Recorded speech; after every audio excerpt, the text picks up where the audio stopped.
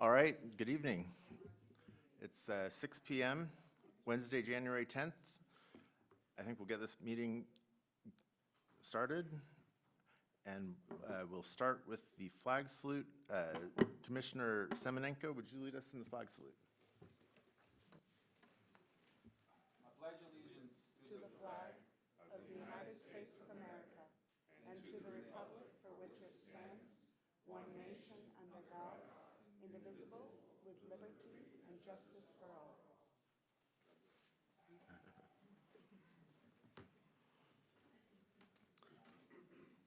All right, the first item.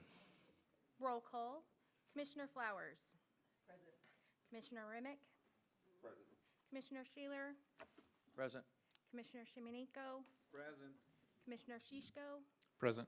Vice Chair Price. Here. Chair Van Duker. Here. Thank you.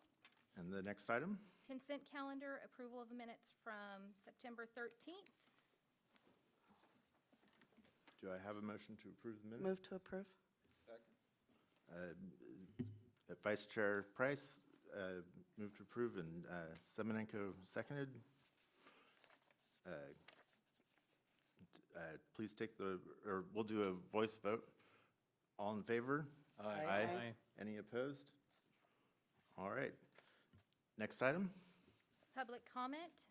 Under public comment, section 54954.3, members of the audience may address the commission on any item within their jurisdiction of the commission or on any agenda item. Those wishing to speak on non-agenda items will be called upon at the beginning of the meeting. Those wishing to speak for or against an agenda item will be called upon after the presentation by the City Planning Department and the applicant for that agenda item. Is there anyone here for non-agenda items? I have no speaker cards for non-agenda items. Okay. And next item? Public hearing, 7401 Mariposa Avenue, subdivision map. The applicant is requesting to approval to subdivide the vacant parcel into 5 residential lots. The lots range from the smallest size being 10,664 square feet to the largest exceeding 37,000 square feet. Each proposed lot exceeds 10,000 square feet minimum lot size for RD3 zoning. The project is categorically exempt from CEQA under Section 15332, infill development of the California Environmental Air Quality Act. Project planner, Allison Bermudez. Good evening, Commission. Happy New Year. Haven't seen you in quite a while. Hope you had a great holiday. I have the item before you. As Stacy mentioned tonight, this is a little 5-lot subdivision on Mariposa Avenue. Tonight we'll review the project, make the environmental determination, and seek your approval on the map portion of the project. So we're familiar with the property we're speaking of. It's a little about under 2.5 acre vacant lot on Mariposa Avenue, about 250 feet north of Old Auburn, south of Cook Avenue. It's adjacent to some single-family residences to the south and to the west, and to the north is a church, an existing church who previously owned this property and owned it for several years, and then in recent history have sold the property to the applicant. So this parcel was part and owned by the church, but is now owned by a different party. The proposal tonight is a subdivision map, which means we're just relotting the land. So we're subdividing it into 5 lots. There's no development proposal tonight to construct homes. That will be done at a later time through the applicant either decides to build each lot himself or sell each lot and have the new owner develop it. So tonight it is just a land division of the land. The proposal is to divide it into 5 parcels as shown. Lot 1 on the south and Lot 5 on the north. Lot 5 remaining a large piece of a large parcel, that's the one adjacent to the church. And then lots 1 through 4 in the RD3 zone. This is the zoning for this area. And the minimum lot size in the RD3 zone is 10,000 square feet. So as shown on the map here, each lot proposed is meeting the minimum square footage of 10,000 square feet. In fact, the 2 on the south are almost 18, almost double size. And then the lot 5 is quite large at 37,000. The applicant, there is no rezone proposed with this. It is only, it's meeting the minimum existing standards of RD3 zoning, and there is no development proposals. Reminder, we're just looking at the land division tonight. Part of the project, you might question, there is some existing parking spaces on the north side of the property, which the church, are part of the church when the church owned this lot, along with their existing building and parking area. They did have some spaces that were on this lot that is now owned by this applicant. So those lots are there, will remain until at such time Lot 5 develops in the future. I believe in speaking with the applicant, Lot 5 development be the last one to develop, so it'll be probably quite some time. But when Lot 5 develops, those parking spaces would go away, as they're technically off-site now that the church does not own that land anymore. But in parking surveys that were done for the church on Sundays and different times throughout the week, did not seem to impede. They had plenty of parking anytime that we checked the church activities. Didn't seem like if these spots went away that they would be impacted. In addition, if at some point they change their activities at the church or they expand, they do have plenty of open space should they need to add parking. Since this is a subdivision, which a subdivision, if you recall, is 5 lots or more, they have a little bit different standards that they have to meet, unlike just a standard parcel map that we've often see. So since it's 5 lots, it is a subdivision, which will require them to install their frontage improvements prior to development. Many times when we do a parcel map and the lot is subdivided, at the time they go to build that lot is when they would put in any frontage improvements. With the subdivision, they will be required to do the frontage improvements prior to any development. So the frontage improvements required with this project are going to be, they're going to have to dedicate some of their, about 6 feet or so of the property for the widening of the street to make it consistent with the rest of Mariposa, and to allow for the installation of curb and gutter, sidewalk, the bike lane, and then the required street lights. So standard frontage improvements along this portion. The project, as mentioned, is category exempt from CEQA because it's under 5 acres. There is no rezone proposed. It's meeting all the zoning standards, so it does qualify for the exemption. And I have the motions before you. I know the applicant is here tonight and would like to address you and speak of the project, as well as I believe several people in the room are here to speak as well. So I will answer any questions you have and then turn it back to you. And Chair, could I make a moment? This is the city attorney. I wanted to reference that Commissioner Shishko did step out, and the reason he had done that for the audience's sake is he is recusing himself from this matter. He lives within 500 feet of the project, and per government code, that is usually the rule when it comes to recusing yourself. So he won't participate in it. When this item is finished, he's welcome to join the commission. So that just explains that for the commission and for the public. Okay, thank you. Do any of the commissioners have any questions for staff? I just have a clarifying question, and I believe the answer is no, but I want to make sure. Current legislation allows for some housing to go into commercial areas. It does not allow for the opposite. We don't have to worry about subdividing this and then a commercial property going in the middle of a residential zone, correct? That's correct. There is no rezone proposed with this project, which it would require if this was going to be something besides housing. Any other questions? Okay. I will go ahead and open the public meeting, and I will first ask if the applicant is here and wants to speak. Please. Please state your name for the record. My name is Paul Machnowski. Hello, Chair, Vice Chair, and Commissioners. Paul Machnowski. I'm the owner and developer of the proposed project. I'm here with my wife in the purple. We have lived in Citrus Heights for the past 15 plus years. We live right next to Rush Park. And I participate in city functions and volunteer when I can, and I truly love the city, and I believe that you, the commissioners, the council, and city staff only make it better. That being said, I want more people to enjoy Citrus Heights and what it has to offer.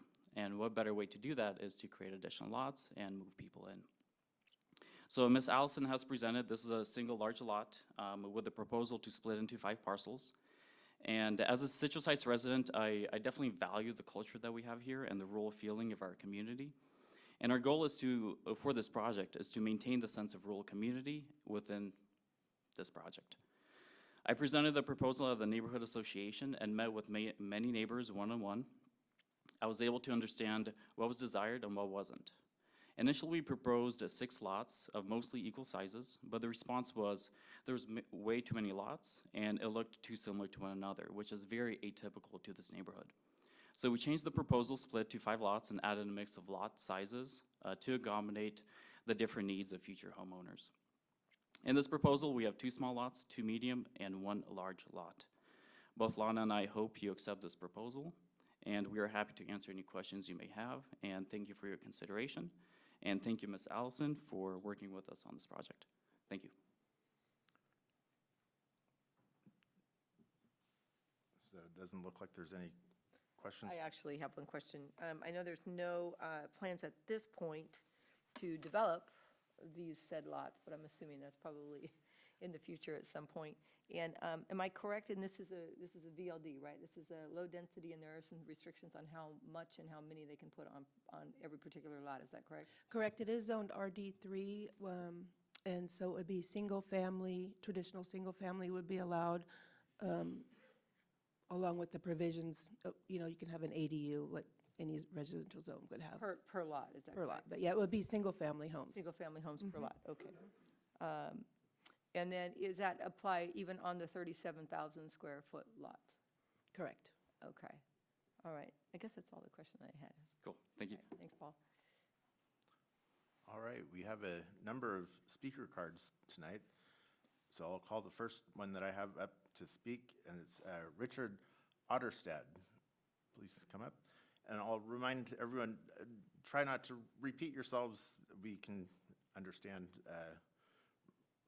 what you say the first time. So go ahead and state your name for the record. Good evening, Planning Commission members and audience. I'm Richard Otterstad. I'm the owner of an acre and two-thirds property at 7665 Church Lane. This adjoins immediately the 2.3 acre lot in question and is opposite Citrus Heights Fellowship Church.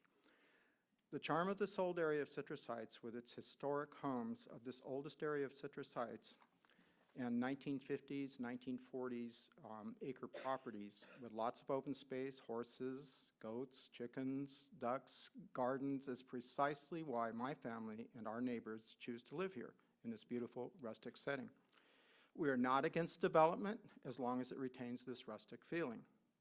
The church, having owned this beautiful property for many, many decades, needed substantial funds to do some deferred maintenance on its building, so put the lot up for sale in 2022 with 2 important stipulations. Please listen.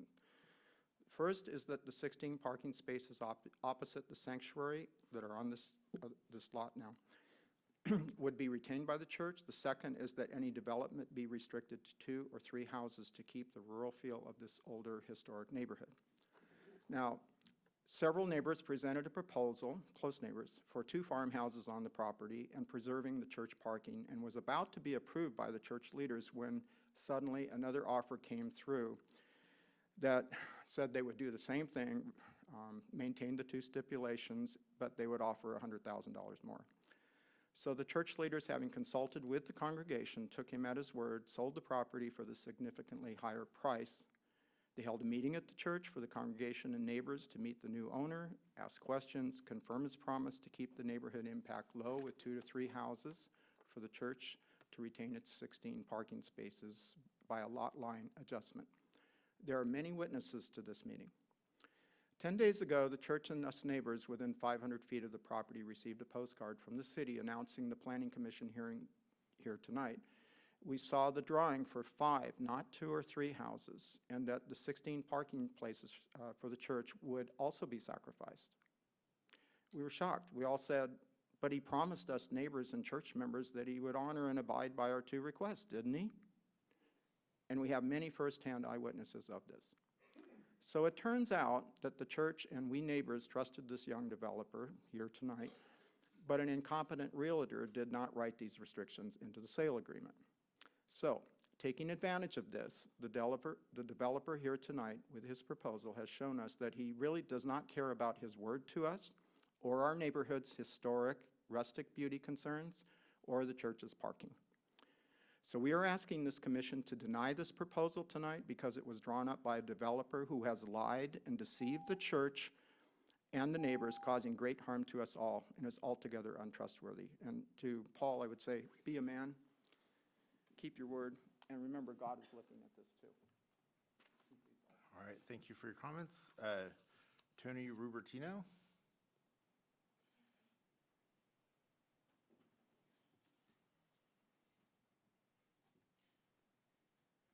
Good evening. My name is Tony Rubertino, and I also am opposed to the proposed division the way it stands right now. And there's not much to add except, you know, we usually talk about a church as a building, but it's really not the building. The church is the people, and there's actually two congregations that utilize the facilities. And we have many people that come from unbelievable distances, from the Bay Area, from Elk Grove, from Nevada City, Vallejo. And anyway, it would be a great hardship if, you know, if we lost more parking spots. And I don't know, the lady here mentioned that somebody scoped out the parking situation, and you know, it varies. Of course it varies, but those spots are really necessary. We only have, I think, 65 altogether, and that would take away, what, about a fourth. So I would just add that I am opposed, and I would like to say that if a man doesn't have his word, he has nothing. Thank you. Thank you for your comments. I'll remind any speakers to address the board directly. The next name I have is Ryan Holst.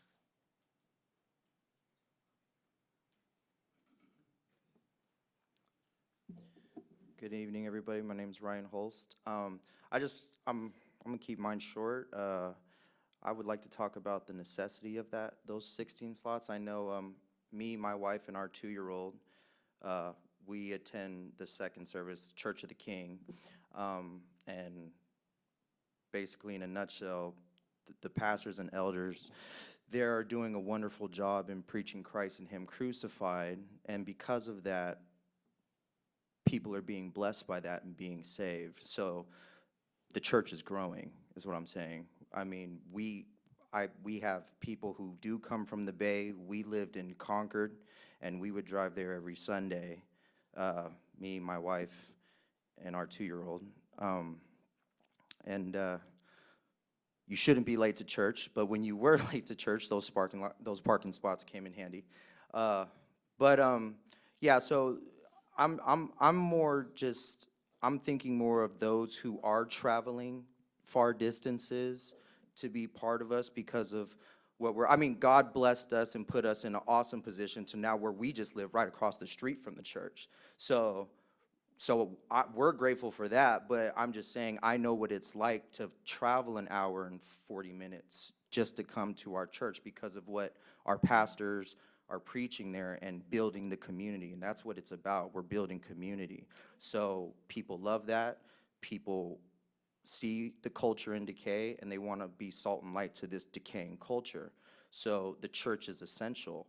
Those parking lots are essential to people who are traveling from far distances and for our elderly, because not only do we have young families like me, these young families got a lot of kids.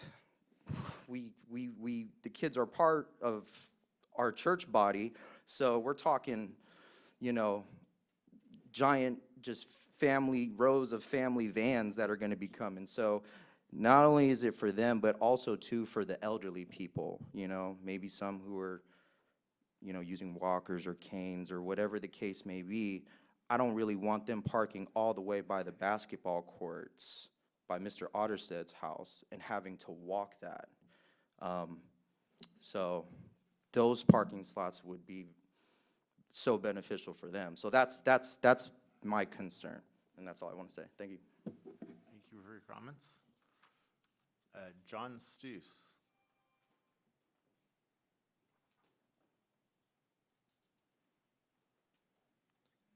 And please state your name for the record. Sure.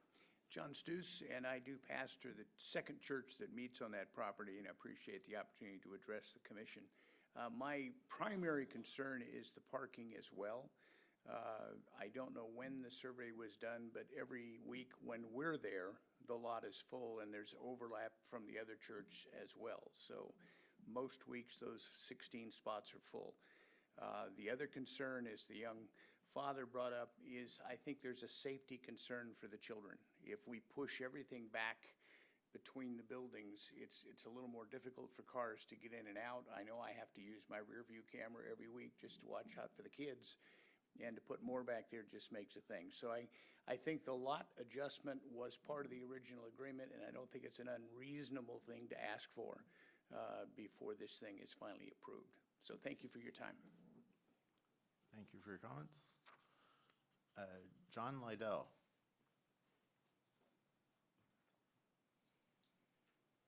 Greetings. I live in Citrus Heights. I attend the First Church that goes there. And I'll make this comment, I think, that it does appear that he bought this knowing that there were parking lots there.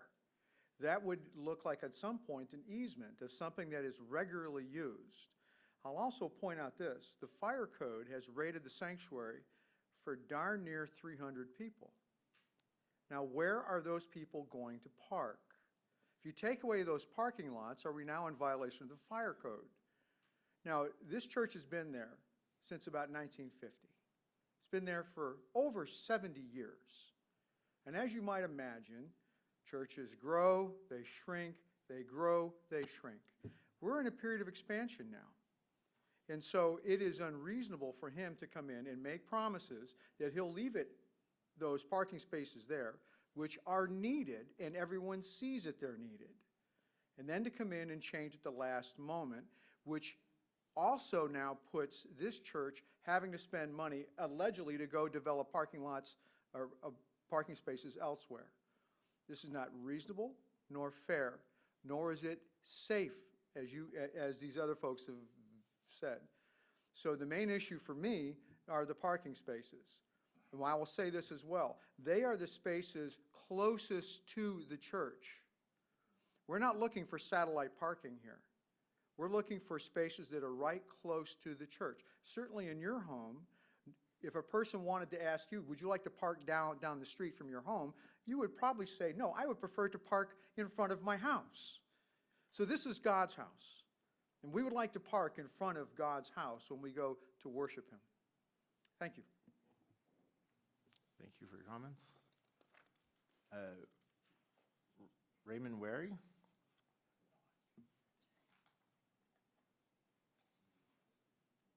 Good evening. My name is Raymond Wary, and I've been attending over there Citrus Heights Fellowship for almost 2 years, but I've gotten to know most of the folks in the afternoon church also, and I've gotten to know Richard really well. He's got a lot of skin in this game and stuff because he developed his property for open space and minimal density and stuff. So I've heard this whole thing unfold from the very beginning from both sides, and it's true what everybody's been saying. Things were said in the beginning that got changed as time went on. And just the parking spaces in particular was the last straw. It kind of pushed everybody over the edge that he was taking those away. I don't know the buyer at all. I've never heard his side of the story or what his plans are from his point of view, but it seems a bad choice of timing for sure to change everything when he promised other things to begin with and stuff. So that's pretty much all I have. Thank you for your comments. Jarrett Facino?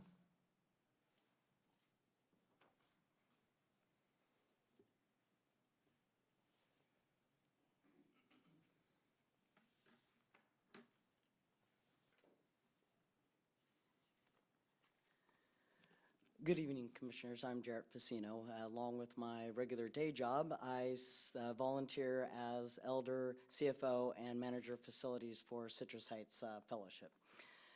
After receiving the meeting notice and additional project details, I was very confused and a little shocked at the changes in the plan concerning the parking spaces on the south side of Church Lane. In my prior 2 meetings and text messages with Paul, the developer, we addressed the 16 parking spaces in an entirely different manner. When the plot first sold over a year ago, Paul and I met on the field and discussed his initial plan to build 2 to 3 houses for his family. Paul knew how important the parking spots were to the church and wanted to only use 2 of the spaces as an access to the back area of the property. As months progressed, the plans changed from 2 to 3 houses to a proposed 6. It was discovered that access via Church Lane was not an option, and any houses built would have to be accessed via Mariposa Avenue or his own residential road. On July 12th, Paul informed me via text, which I have an attachment, that some of the parking zoning had changed and that he may need to move the 16 spaces to another area of the church property, and would that be a possibility? Before bringing this question to the congregation, I wanted to get some more information. We ended up meeting for lunch on July 25th to discuss the project as a whole before I brought any changes to the congregation. At this meeting, Paul said that he wanted to keep the church parking spots as he knew they were important, and the parking spots were one of the requests at the time of sale. Paul offered to redraw the lot lines to include the parking spots and greenbelt area out to Mariposa Avenue to be added back to the church property. He only wanted us to pay the fees for the changes. We shook on the deal. I was very happy with this solution and presented it to our pastors, neighbors, and our congregation.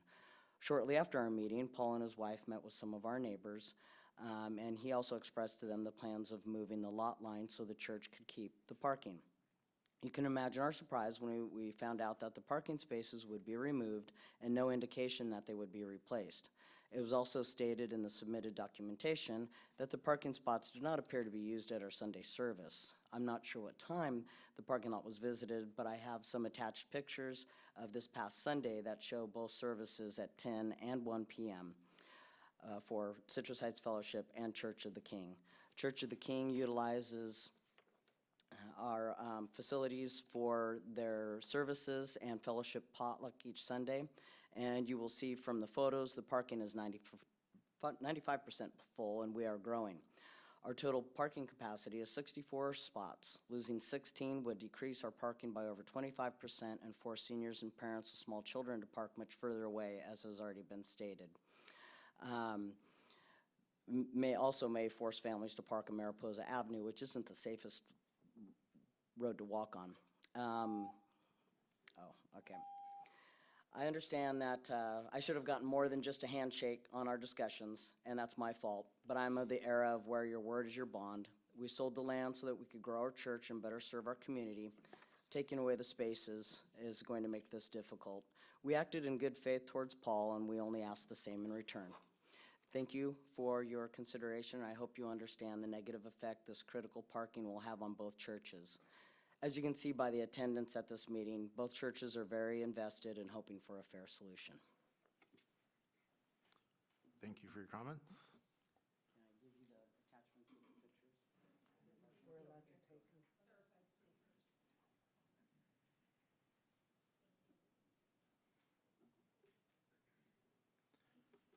With that, I will close the public hearing. I have a question, Allison, maybe you can address it.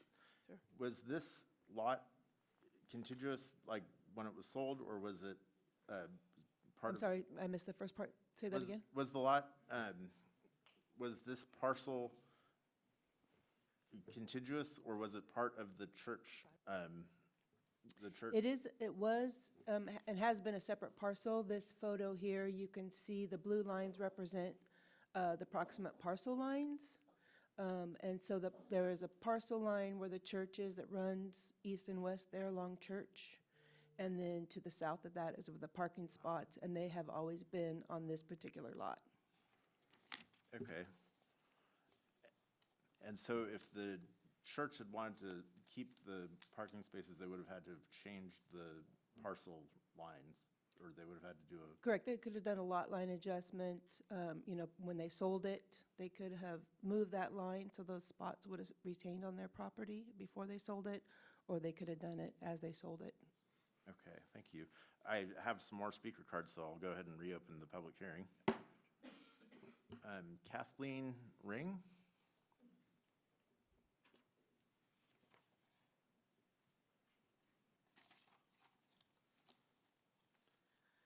Good evening. My name is Kathleen Ring, and my house is on Phoenix Lane.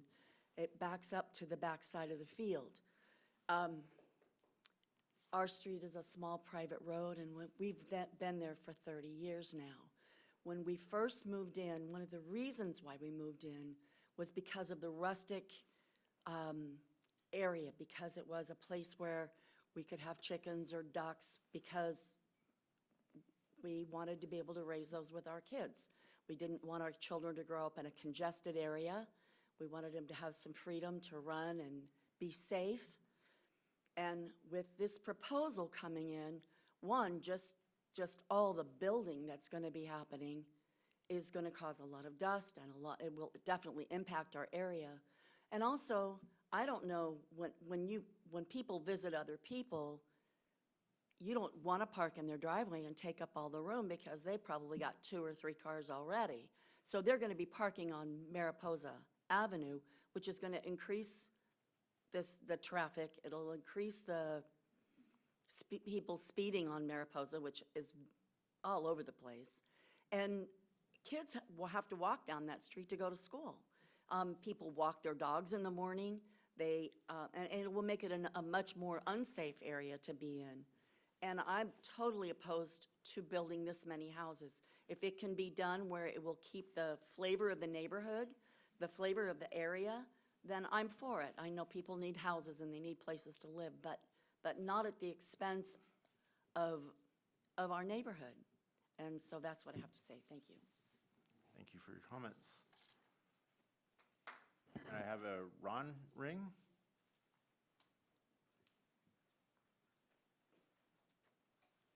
Hello, my name is Ron Ring. That's my wife. I guess we're both speaking tonight.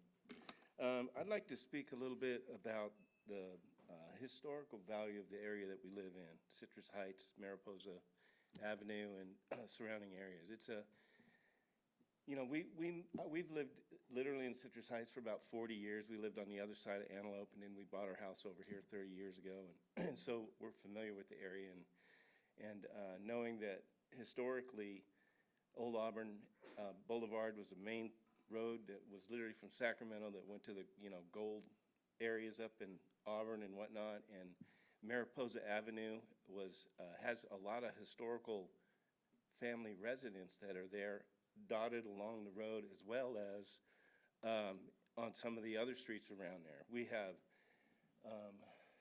neighbors that have horses and chickens and goats, all that stuff in the neighborhood.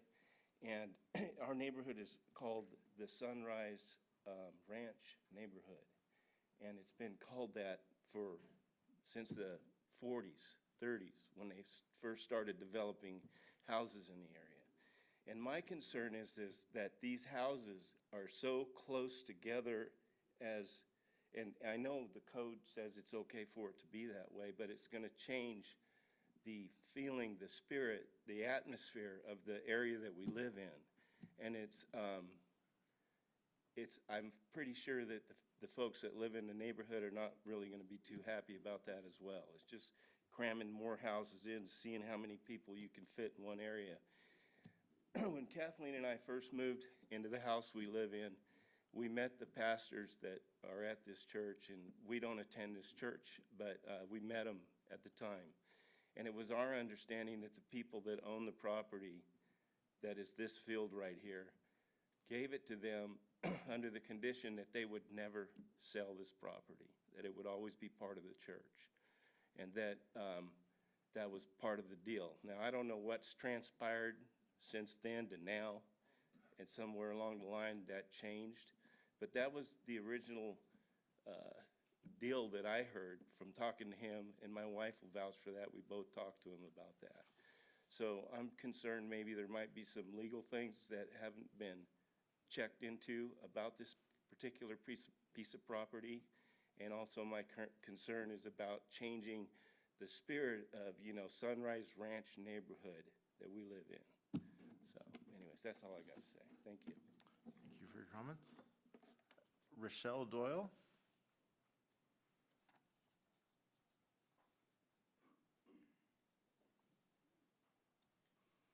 Thank you. I wrote my notes on the back of my card right there. I live on the corner of Cook Avenue and Mariposa, just right down the street. I do not belong to the church. My concern is, as well as everybody's been talking here, is the parking. Mariposa between Cook Avenue and Auburn Boulevard, there is no sidewalks. There's no parking on Mariposa, period. If you look right there at that picture, that's the only piece of sidewalk. That's the only piece of sidewalk between that section. So if you take away those parking spots right there, and where you can't park on the street. And that's really, I just wanted to come here and support my neighbors and just let you know that it's very rural. There's a gully there. It's just like there's no curbs, there's no sidewalks. That's gonna look different, and it's gonna start creating the area to look different.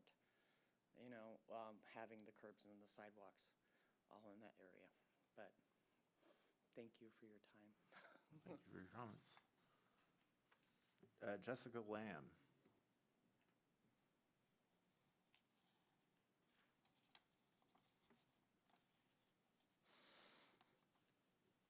Hi there.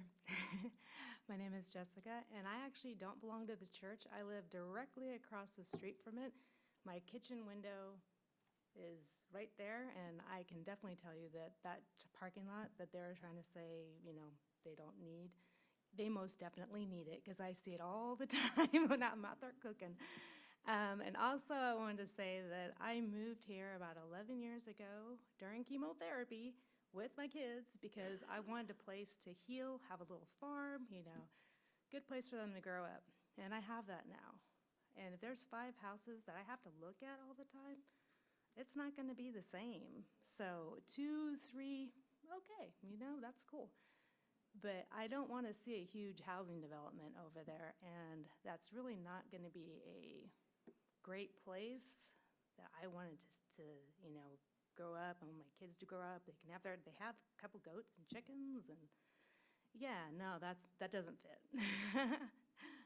So I want you to consider that when saying okay to this planning development. Thank you. Thank you for your comments. Anthony Barcelos?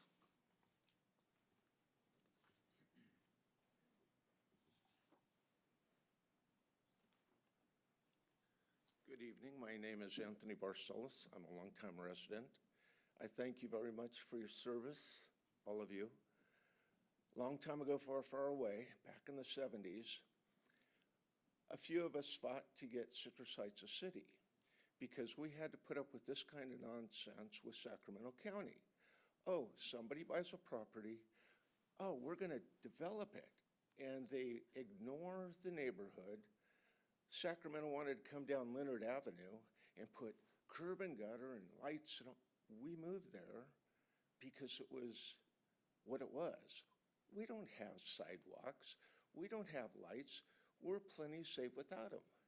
Unfortunately, this is happening again, but the good part is we have now our own planning commission that will look at the city and go, okay, does this match with the area? Does this make sense? Slapping 5 houses onto a little parcel in a neighborhood, drive up and down the street. I mean, if you may not remember back, but Mariposa, right down the street, next to Hall's Furniture was post office. Things have changed, yeah, things grow. I mean, I'm a poor product of Sylvan School, which ain't there no more, excuse my language. But the sad reality, that was the oldest school building in our area. And yet, well, we can't, It's gone. When will Citrus Heights keep some of its heritage and be Citrus Heights and not another suburb of LA, or excuse me, Sacramento, that's closer. Anyhow, thank you for your consideration. I, of course, am opposed to it. You know, I appreciate the church. I went there as a Boy Scout. We weren't allowed to go there because we're Catholic and we had to go over to, you know, anyhow. But the neighborhood, look at the neighborhood and realize, what are we doing? Why are we doing it? Anyhow, thank you for your service. Thank you for your comments. Victor Choban.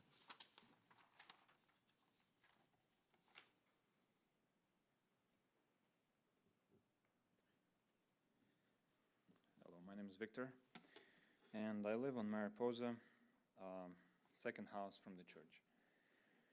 And I'm opposed to this development as outlined here, because I lived here for almost 20 years, and I have 5 kids, and we walk to church, which is very convenient. And I spoke with Paul, and as much as I understood, he did want to leave the parking spots to the church, and somehow that changed. Obviously, he's trying to make the most money he can and move on, but it affects us negatively. He tried to do 6 houses, 6 lots, but it was not permitted, so now it's 5. Even that is still way too much, because you can have a second dwelling, so that makes it 10 houses possible. Imagine each house has 2 or 3 cars. That's like almost 30 cars in Mariposa, so it's gonna make it, it's gonna change everything, the feel of the rural Citrus Heights. And the parking lots, most people already mentioned this, but there's nowhere else to park on the street on Mariposa, on Cook, and you don't want to walk on Mariposa from your car. So I'm opposed to this, and hopefully this could be readjusted, the lot adjustment made, and possibly less houses. Thank you. Thank you for your comments. And I believe this is Davis or Dennis, I'm sorry, I'm having some trouble with handwriting. Please state your name for the record. Hi, I'm Dennis Oliferchik. Okay. I own the property on Church Lane, right next to Richard Otterstad. And I have about half an acre. Originally, when I moved in about 7 years ago, we loved that area because it was just so rural.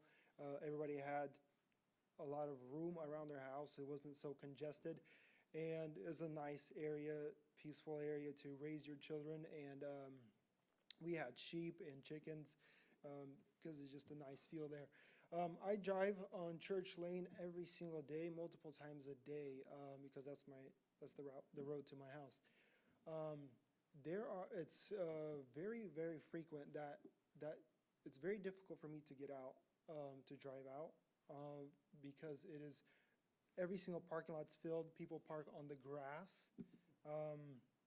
Back when church used to own that lot, people used to park there. Now people are parking on the front of the church and the grass area, because there's not enough parking spaces, and there's no way you would want to park on Mariposa because that's a dangerous place to even walk. My children are constantly, riding bikes, playing. I have 5 children, and they ride bikes and play on Church Lane. And looking at that little, what's it called, postcard that I got with the subdivisions on there, with the lots being divided like that, if you would stand outside on Mariposa and look at that lot, having 5 separate lots like that, it would look like just a regular, like heavily congested, like heavily developed area. It would not look like how Citrus Heights, like the old Citrus Heights is supposed to look. Like on Mariposa, if you drive along Mariposa, it just looks amazing. Like you just want to drive down it just to look at it. So I oppose it because there's, originally, I remember talking to Richard and to the church because I'm their neighbor, and they said that when they were selling it, they were making sure that those parking lots were going to stay there so that, you know, the church, so the people, members, they have a place to park, because I have a hard time getting in and out of my property sometimes because the parking lots are full. Okay, thank you. Okay, thank you for your comments. I'm out of cards. Is there anyone else that would like to address? Please state your name for the record. My name is John Gomez. Sorry, I gave my card. I don't know if it got lost in the shuffle. But I'm one of the pastors at Citrus Heights Fellowship, and I just want to say 3 quick things. First, I just want to go on record as another witness to the fact that those parking spots are most certainly used. I don't know when it was examined about those parking spots, but it's an utter falsehood that they're not used. Secondly, the parking has more to do not just with Sundays, but our site is used multiple days throughout the week. So for example, on Mondays, an AA group meets and the parking lot is full. And so it has way more to do within just Mondays or just Sundays. And the third and last thing is this. I think what essentially this comes down to is, you know, as followers of Jesus Christ, we know that the God, the creator of the heavens and the earth, he is always faithful to his word. When he speaks a word, he keeps it. And given that every single human being in this room, Paul included, is made in the image of that God, and we are all worthy of dignity and respect, Paul included is worthy of dignity and respect. And what we are calling him to do is keep to his word, keep to his promises, that not only did he make to Jared, but from what I'm hearing, he made to multiple people. And so what we're calling the council to do is just have him be faithful to his word. And I want to thank the council for hearing us today. Thank you for your comments. I did find your card. I don't know what happened to it.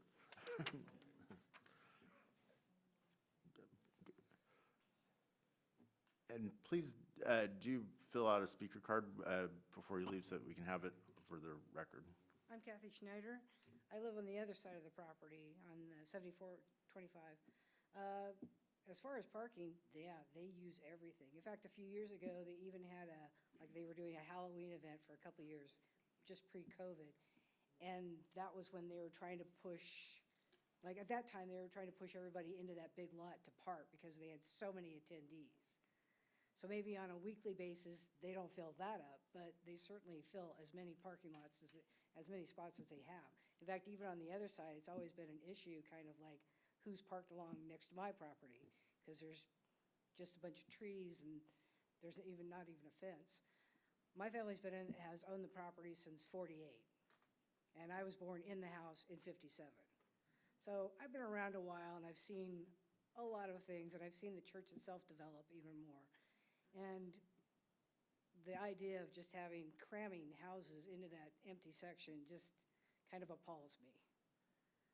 So, and even if we look at it now, because I know that the big empty space that they have in the front, that's usually used for when they have an event. So telling them to, just bulldoze it down and put in parking lots, that's just criminal, honestly. Like all the trees that you see in that picture along the far side, that's mostly my property. Anyway, do take care. That's all I ask. Thank you for your comments. Does the applicant want to speak again? Yes. Sorry, my wife had to tell me what was up. I'm a little disappointed. So first of all, thank you again for your time. I did not attend any church meeting. Just to come on record, the first time I spoke to any church elders and neighbors was after the deal was closed. So after money transferred, we got the title. That was the first time we discussed. We had in writing on the sales contract that church has access for 2 years after the sale went through. And in regards to promises, I did discuss, as I did mention, I wanted to work with the neighbors, I want to work with the community. So I discussed multiple ideas of how we can work together and save the parking, how we can work together in order to have less housing, in order to work together, in order to have something that the neighbors would be happy to have in their front yard, their backyard, around. There was a comment about a road that will be extended and a sidewalk added. More a comment to Allison, we're more than happy to not add a sidewalk and lighting. So we're totally game on that. But that's all. Thank you. Thank you for your time. Okay. Yeah. I have a question. You said you wanted to work together to preserve the parking. Yes. Is that still an option? Is there a way to still preserve your family building the homes that need to be built, but allow for this church to keep those parking after you've heard all these people state the need? Yeah, so, I mean, one of the reasons why we can't do that is because of the code. So we can't offer off-site parking to a commercial building or to a church. That's not allowed. Number two, we're more than happy to lease or sell the lot or the parking. Would that be the entire, if the subdivision was approved, that entire lot that you would be leasing to them? Or are you talking about? Just the parking itself. lease- Yeah, yeah, we can even do a lot line adjustment if you so wish. We can definitely talk about a price on So that. you would at least entertain Oh, an 100%. idea of a lot line adjustment to allow for this church to keep those parking spaces? 100%. Any other questions for the applicant? When it comes to the offer of potentially selling it back to them, how would you negotiate that? Would it be just fair market value? Would you go back to what you paid for it and take the percentage of that and make it really fair to them? Or are you going to be making a profit on that? What is your opinion on that offer? Yeah, we haven't thought about that, so we would probably have to go to the drawing board, but you definitely fair market value. Another thing to keep in mind, I mean, there is really nice access from Church Lane, even though we technically can't build from that side, but there is good access. So that's something that would be lost if that transfer would happen. One of the reasons why that lot is so large is because of this access that could be, potentially accessed from Church Lane, which would greatly benefit that large lot. So that's in the plans potentially to access that particular property, the big one, from Church Lane? Correct, yeah, if, let's say we want to park a boat or something, get access from the side. Okay, thank you. Cool. Are there any other questions for the applicant? I had a question that maybe, Allison, you could clarify this too. So Church Lane, is it a complete thoroughfare? Does it go all the way through to another exit point? No, it's a private lane that ends just about in the photograph that's shown there. Okay, but it does I think there's two houses that are on Church Lane. Two of the speakers are here tonight that live on Church Lane. Okay, they have to And- access it through Church Lane. That's their access point, okay. And in addition, now I'm hearing that the parcel, that the 37,000 square foot parcel would also be accessible through Church Lane. Is that the only access, or would it be? No, it fronts onto Mariposa. Okay. And so I think what the applicant is describing, that Lot 5, it would front on Mariposa traditionally, have its access there, that if they wanted to use this back area for their storage or access, that they could drive down Church Lane, but it is not the single point of access for the lot. It would be Okay, from Mariposa. Okay, so I'm assuming then if there was an access point off Church Lane, it would perhaps impede those parking spots? Correct. If it were used in that capacity, okay. Correct. And then what are we talking about square footage? I should know this, but I don't. 16 parking lots equate to what kind of square footage? They're, let's say 9 by 18. Okay. So it's almost 180 square feet, just to be simple on the spot, times 16. It's about 2,600 square Yeah. feet. 2,600 square feet, thank you. And is there any other, I know in the picture, if you can go back to where you were, Allison, on that, there is the, there we go, the live picture of the parking spots. There's also a little beltway or greenway there that extends all the way down to Mariposa. What is that currently being used for? It's just part of the drive the driveway entrance. Is it used to drive upon, or is it just a green? No, I think it's just a green space. A green space? There's no trench there, there's nothing okay. And there's no easement there, from my understanding, correct? Okay. So I think what has been mentioned, they could do a lot line adjustment and move that northern property line south, about that 18, 19 feet, and then move the line of this lot just about where that red car is in front of that, and that would put that strip of land back on the church, and then leave the remaining parcels with this lot. Okay. The other thing I just wanted to clarify is that, so we have 2 half-acre parcels.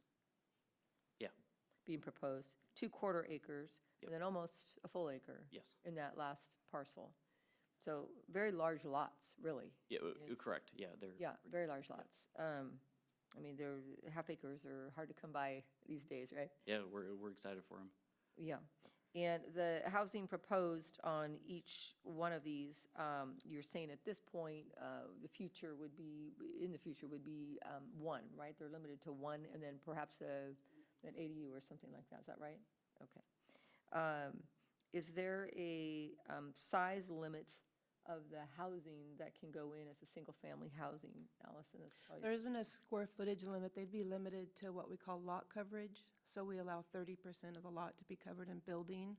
So a 10,000 square foot lot would allow 30% of that to be in building. Okay. So it still leaves quite a bit of open space. It's a very low dense area, low lot coverage Sure. area. And I know on the diagram, it's doesn't give you the same perception, but the lots are 65 feet wide, which is pretty wide. A wide lot. And they're very deep and narrow, so they're not a traditional subdivision lot that people are thinking. Those are about 5,000 to 6,000 square feet, so these are about double that size. Right, my observation was they're quite large. And then is there any particulars about which way the housing faces when they have a lot of this size, or is that up to the developer to determine? And it's a lot of 5 lots, there isn't any requirements. If we were doing a subdivision of 10 or more units, then we would have some design criteria about where they face and things like that, but in these smaller divisions like this, we do not. So with regards to the position on these lots, that's really up to the developers at that time to determine whether they put them towards the back of the lot, the front of the lot, or in the middle. Correct, yeah, we have our minimum frontage requirements, we have the minimum depth, they have to be from the street, the standard 20 feet back. So we have those in place. They could go larger, step them back further, but they would not be any closer than that. Okay. And is there any ability in the future then to divide this one lot that's almost an acre? Would there be any ability on the developer's part to develop, or to split that further? Well, I'm not going to say no, because as soon as I say no, some new law comes in. But generally, it would be very restrictive because it would need access to that back portion, and its legal access would have to come from Mariposa. Church Lane could not be used as an access point to create a separate lot. So while I'm not going to say no, generally, it would be very difficult for that to happen. So if the current owner, Mr. Paul here, were to sell back the easement or the parking per se, then that would secure that he would not be able to divide that lot again without, well, he just wouldn't, right? Because he'd be limited to the access of Mariposa, is that correct? Correct. And the other thing, can't look at it right in front of me, but let's say he sells them 18, 19, 20 feet or so back, that is going to narrow that lot. It's probably going to be less than the standard 65-foot width, so it is going to adjust each lot down. They're going to move down. Whether he's still going to be able to get 5 lots or not, we'd have to diagram it, engineer it out to see. But it could impact how many lots he could get. Okay, all right. go back to that aerial view? Cool. I'll take a seat. Thank you. Thank you. Directly across from this large green area we're discussing, there seems to be several homes. Do we know how many are on that side of the road? Not without, just looking at the photo that's there. Yeah, I'm sure the audience knows that area better than I do. Three and a smidge. I have another question, and I'm not sure how to go about addressing it because I would like some clarification on the church's current lot, that green area that looks like it's out front of the church that's lining Mariposa there. There was some reference made to it that has been used as parking. My question is it, would the city allow that to be used as parking legally? And if there was a capacity issue with 300 people in this building at once, would there be some code issues that we'd need to look at? So two parts. So yes, if their church is growing, which it sounds like it is, and there you have maybe 2 churches using the facility, so it sounds like they may be they have a parking problem now or in their future as they grow. They would probably want to consider doing some sort of new parking plan, which could include adding new spaces to that area, that green area in front of the building. Looks like they have plenty of space to do that. So that seems like it could accommodate, their future growth, regardless of whether these spaces go back to them or not. It sounds like they may need to look at some parking. As far as occupancy from the fire department, they rate it differently than parking. So while the fire department may say that they can have 300 people in there, they really can't because they can't provide the services for parking. So they are kind of 2 separate numbers, but they do have to work, together. So if it was a new church being built today and we were reviewing that construction of the church, we would say, yes, your building may rate for 300 people, but you only have parking for 200. So we would put on their use permit, you can only have 200 people to keep them out of that realm. In this case, we have a church that's been there since the 40s, so quite a number, so we don't have those mechanisms.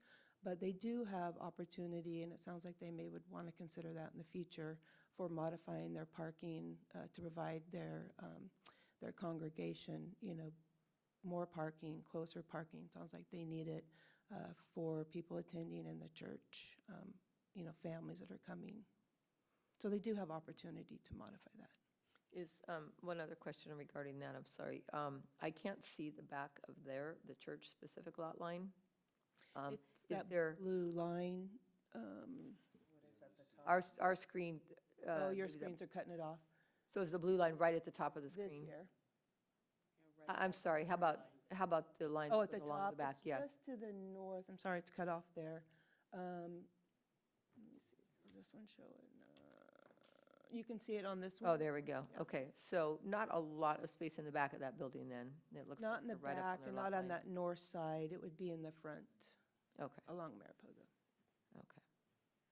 All right, very good. That's all the further questions I have. Thank you. Back to that lot split photo, please. Nope, the other one. Yep. So Allison, you're saying that potentially they could move the lot line of Lot 5 down to accommodate for the parking spaces, but if they do that, that fronted section may drop below the feet that we deem has to be in place to build the lot, correct? Correct. So if we approve this project tonight and he does decide to sell back the parking spaces, it would be more of a nightmare to try to adjust every lot down, correct? Versus tabling this so that he could see if he wants to move forward with a lot split and then give us the lot lines in the accurate positions. Does that make sense? It does make sense, and those are definitely 2 options. You could put a condition on the project that he work with the church and consider a lot line adjustment. If that does not move forward, then we'd hear the project again with that information. So you could continue it to allow that discussion to happen, or you could approve it with that lot line adjustment requirement, and if that doesn't happen, then the project would not move forward. I would suggest maybe a continuation of the project, have the applicant, do some more thinking, work with his engineer on relotting the pattern, and then meeting with the congregation or the church elders to see if there's something there that they can work out, and then he can report back to us, and then we can bring it back before you for final action. I did have one other question on that, too. The lot line, if we took the 2,100 square feet or whatever you decided that was for those 16 parking lots, if that just alone were given back to the church, would there then still be an adjustment on that lower part of the lot required? We would still have to move everything along with that, or is that a possibility? It'd have to be looked by the Am I making sense? engineer. You know what Yeah. I'm talking about. If just the You parking mean carving stalls. out just the section of Just the the parking? carving that section? little arm out.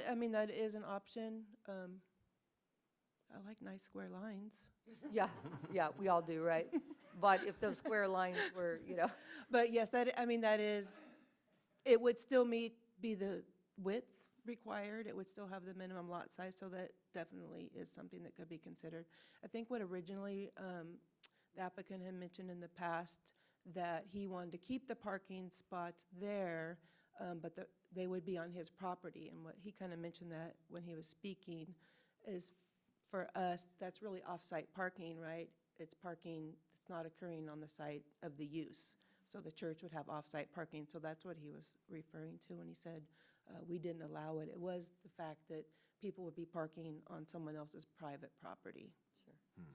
Which is not probably ideal. Sure. Andrew?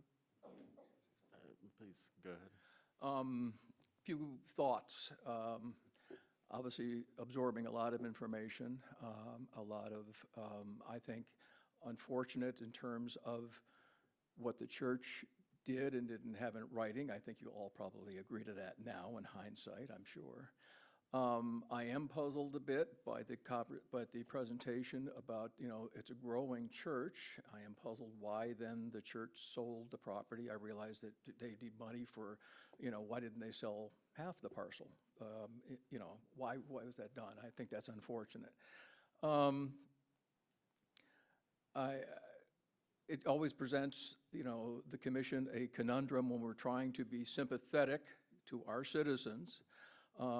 And yet, we have a private property owner now that has a representation too. And you must understand, and I'm not saying, one way or the other, but you must understand that this is not necessarily a city of Citrus Heights, not so much decision, but the state mandates cities across the state to increase the number of residents that you all have.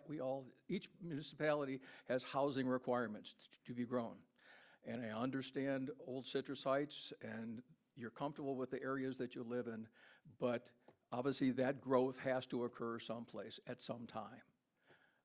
So it's basically the need for compromise, trying to grow and accommodate more people, and certainly respect your history too.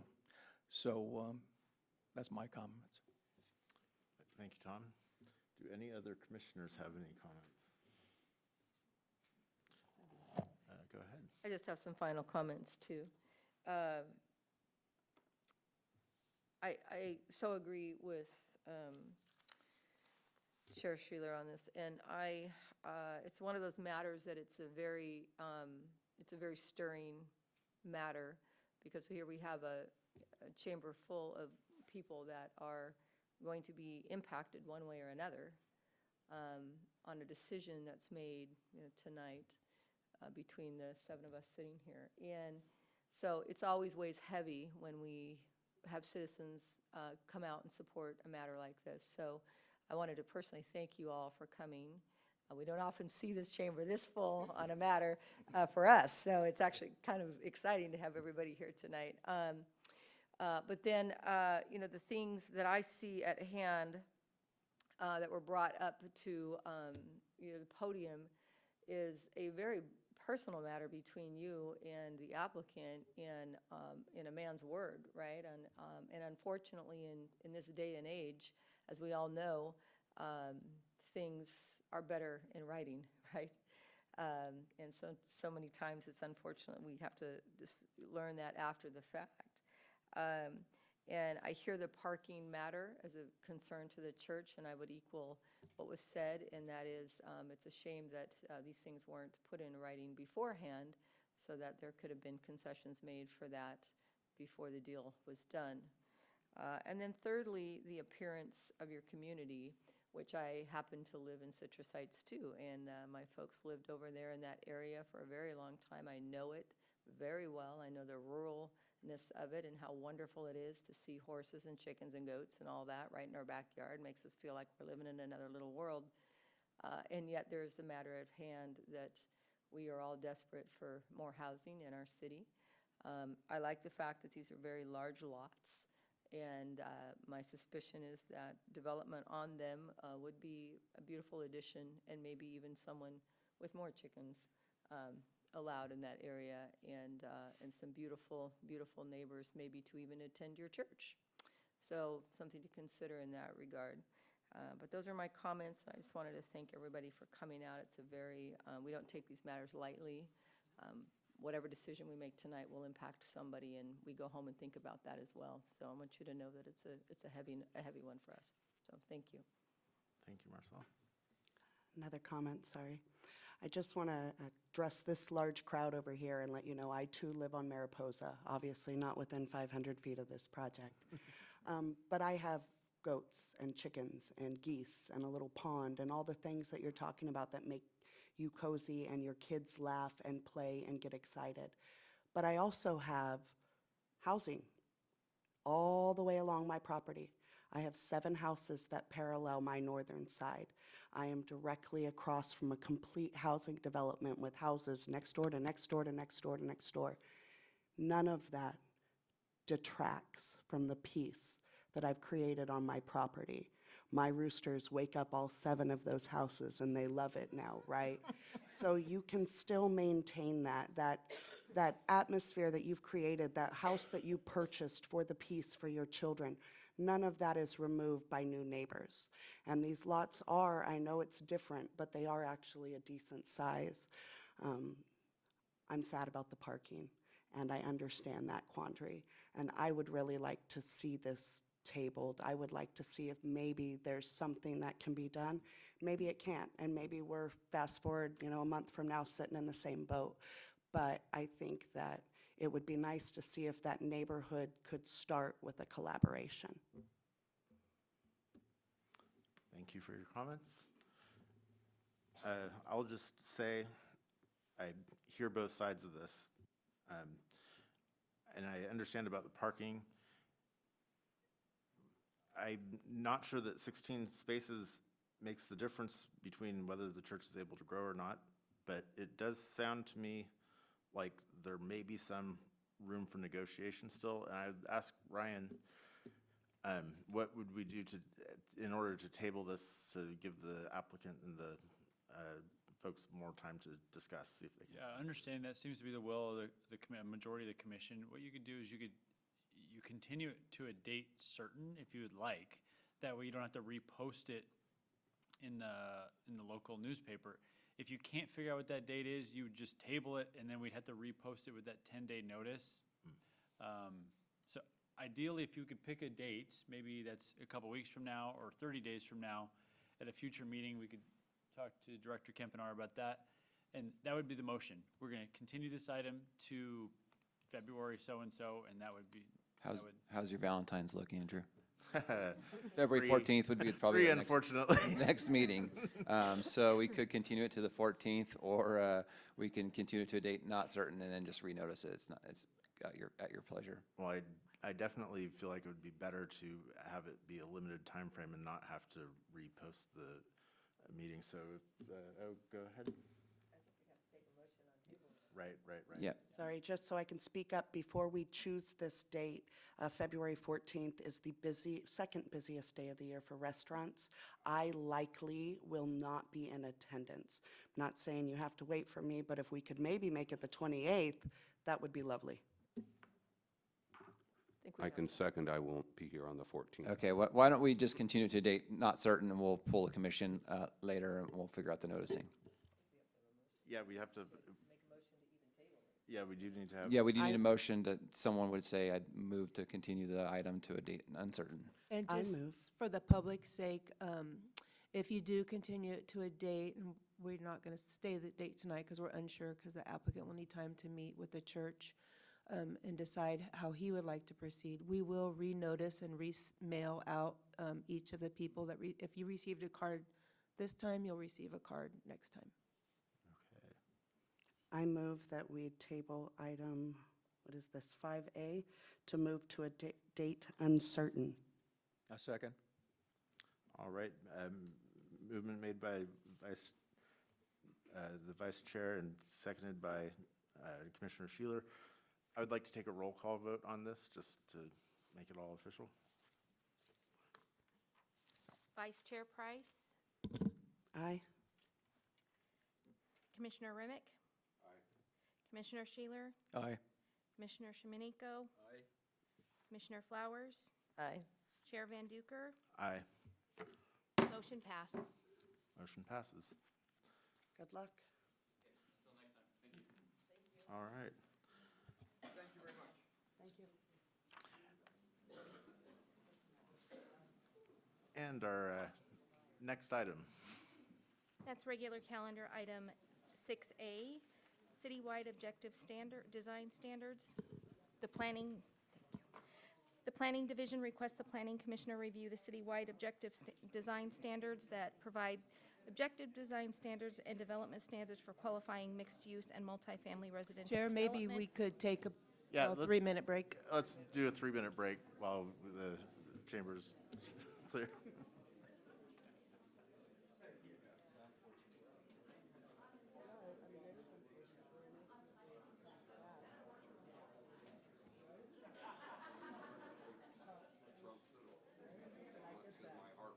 But since we had a willingness, let's see.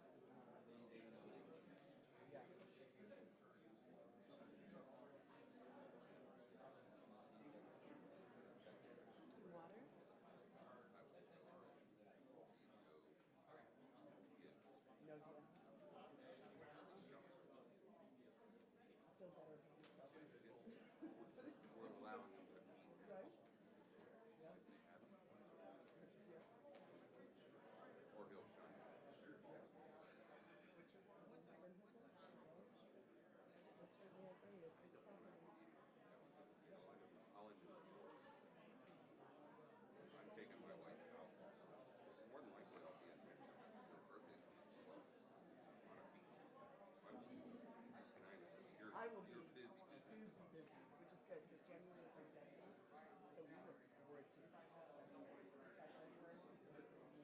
I'm gonna get skinny, but give me carbs, right? Next year.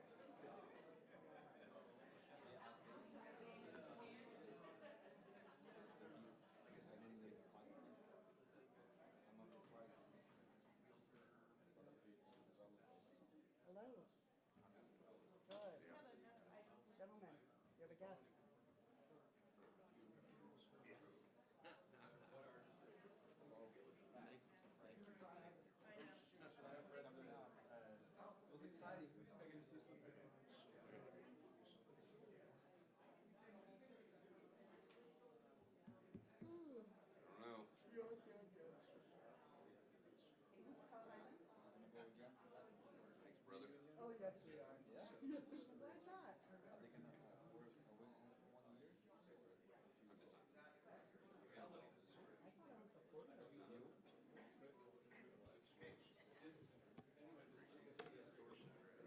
Yes, please. Thank you.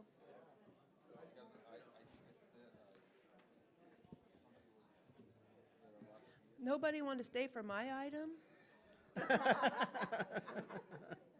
I'm sorry. Okay, good. This is a 4-year commitment, right? Most for 4, some are 2. Okay, Allison, we want to hear. Let's reconvene then. My heart is broken. They didn't want to listen. Next item is 6A, regular calendar, citywide objective design standards. The Planning Division requests the Planning Commissioner to review citywide objective design standards that provide objective design and development standards for qualifying mixed-use multifamily residential developments proposed along the commercial corridor. Planning Commission's recommendation will be forwarded to City Council. Project Planner Allison Bermudez. Good evening, Commission. Allison is still here after that meeting, and we'll be back with that item again. All right, so tonight is a follow-up. If you remember, almost a year ago, back in March, we heard very similar presentation I'm going to give you on our objective design and development standards. And if you recall, those were specific to Auburn Boulevard and the Auburn Boulevard specific plan area. At time we mentioned that was our starting point, kind of our kickoff point for objective design standards, that we would be coming back to you for that same scenario, same booklet, same design standards, but for the rest of the city. So we are at that point. Sorry, it's taken quite a few months to get here, but there's been a lot of work on it in the background, a lot of other things. But we are here tonight for basically part 2 of what you heard last March. So what we'll talk about is to remind you what objective design and development standards are, what their purpose is, and how they're going to relate back to what we heard in March, and then our next steps, and then look for your recommendation.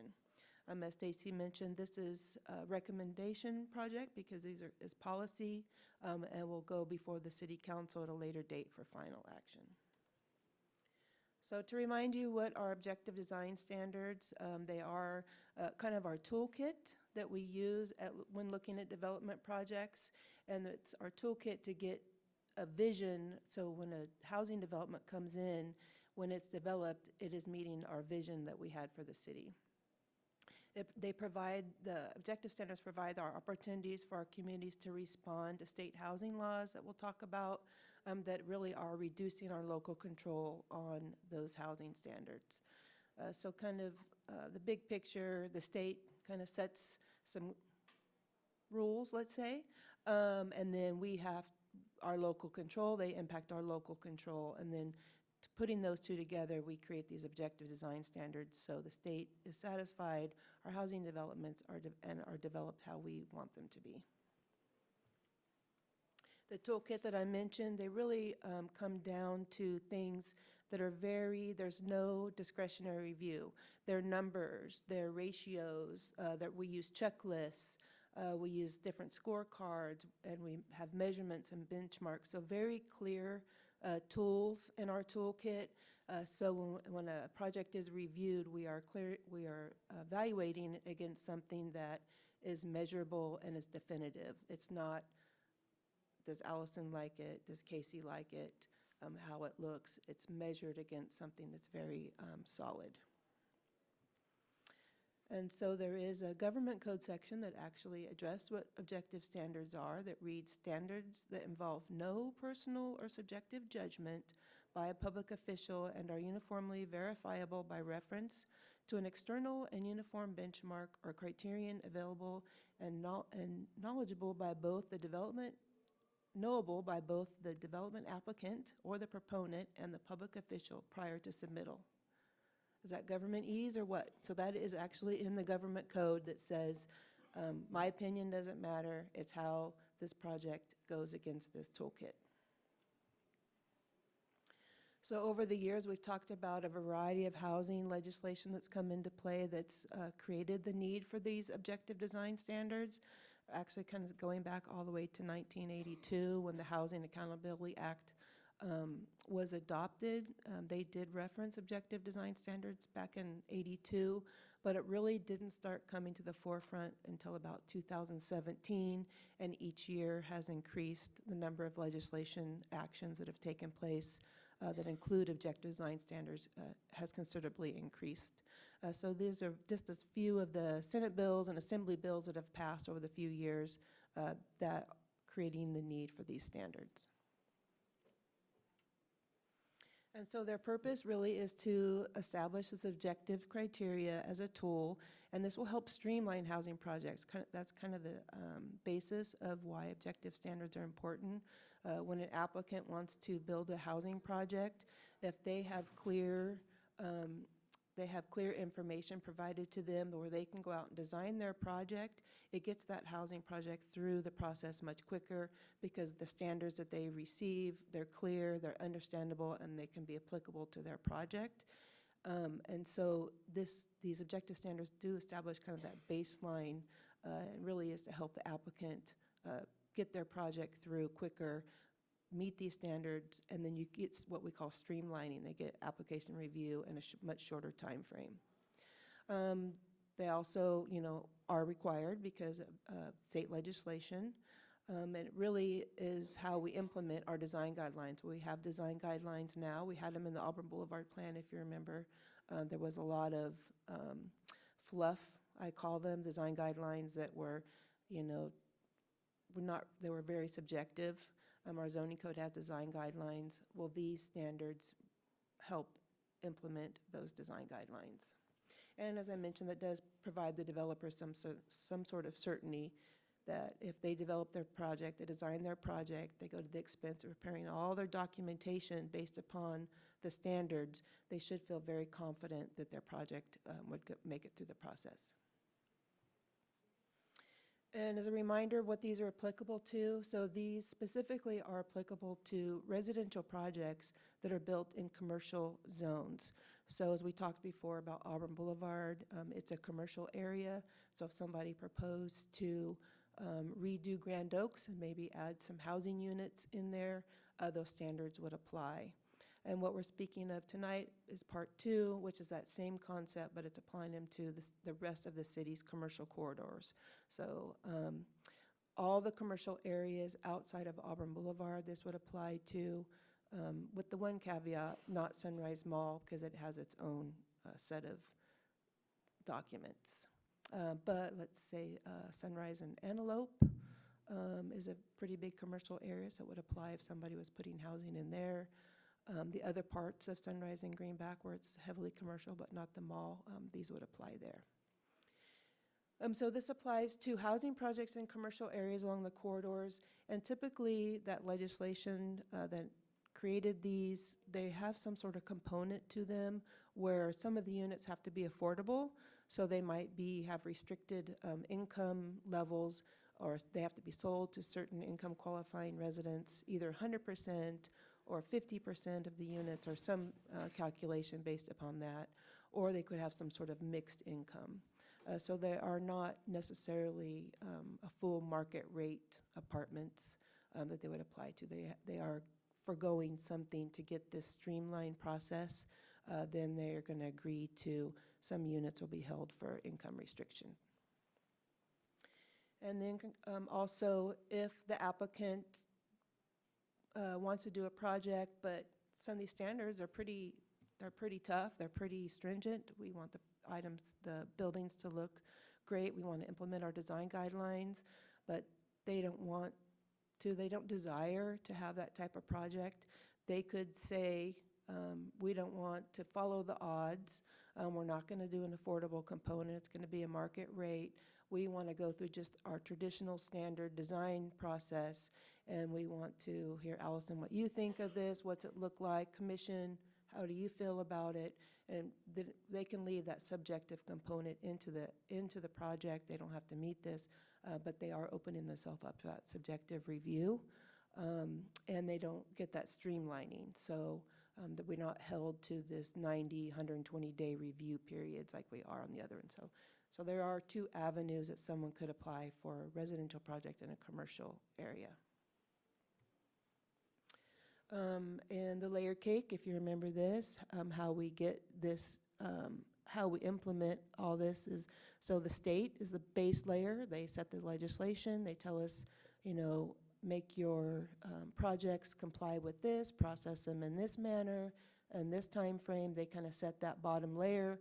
We have our adopted general plan that's in place. It has a lot of those big goals and policies of how we're going to get there. And then some areas of the city, Sunrise Mall, Stock Ranch, Auburn Boulevard, they have a specific plan that also throws some nuts and bolts into the project. And then we have our zoning code that implements all that. And this objective design standards kind of are at the top layer. So if you're going to be this particular type of project in a commercial zone, you're going to be subject to the objective design standards if you want the streamlining process. All those go together to make this beautiful outcome and our city beautiful. And so we talked about the Auburn Boulevard ones that we reviewed last March.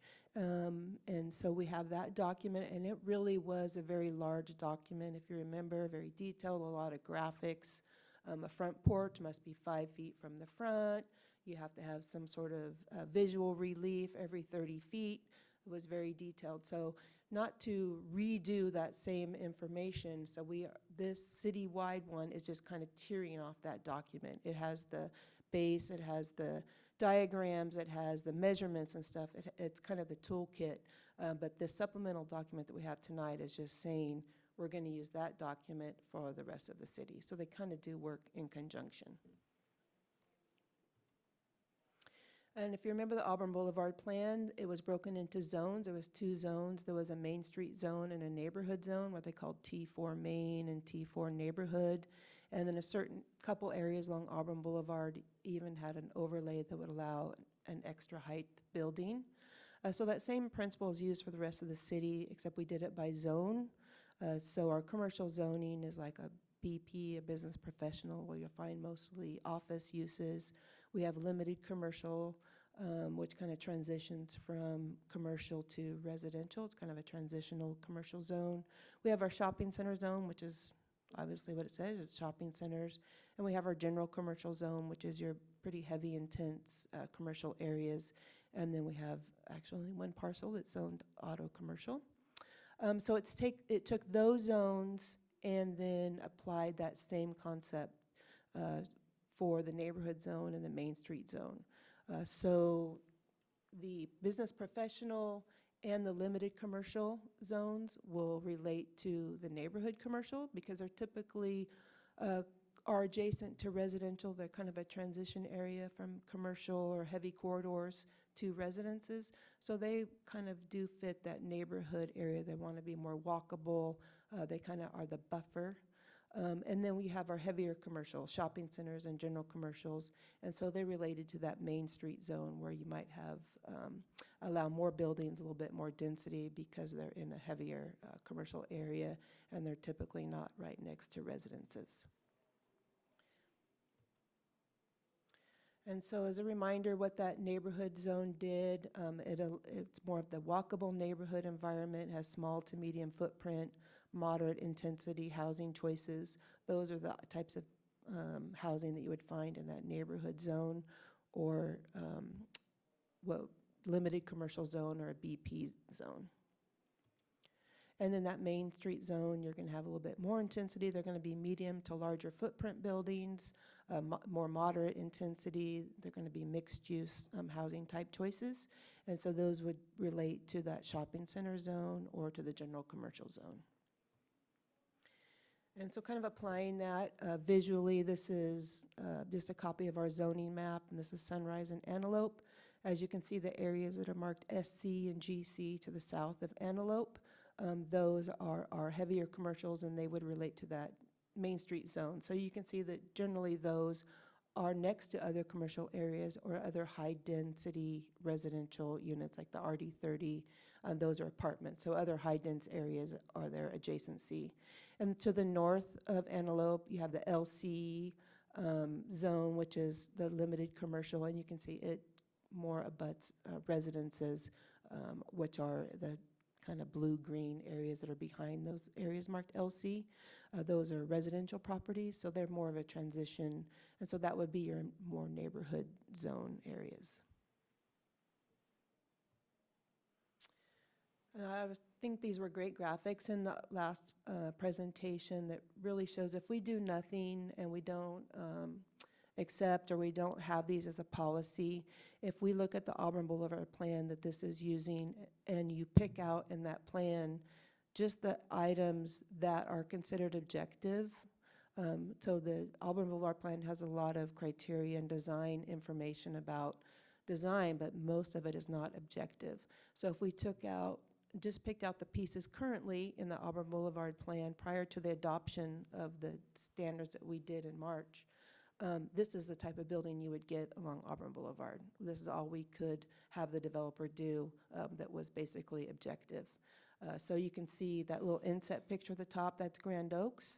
And if somebody wanted to, this is just hypothetical, wanted to put an apartment building in that center, that's kind of what we would get if we did nothing with those standards. But since we did adopt them, this is a criteria that could happen today. So you have buildings with pop-outs, you have relief, you have little stoops, you have windows close to the ground with little entry features, and that mass is broken up with the street in between. So with the adoption of the Auburn Boulevard plan, this is a type of project that we could get today should somebody apply. So it's the same methodology that would be used for the rest of the city. So just a side-by-side comparison just to give you an idea of how they would look totally different.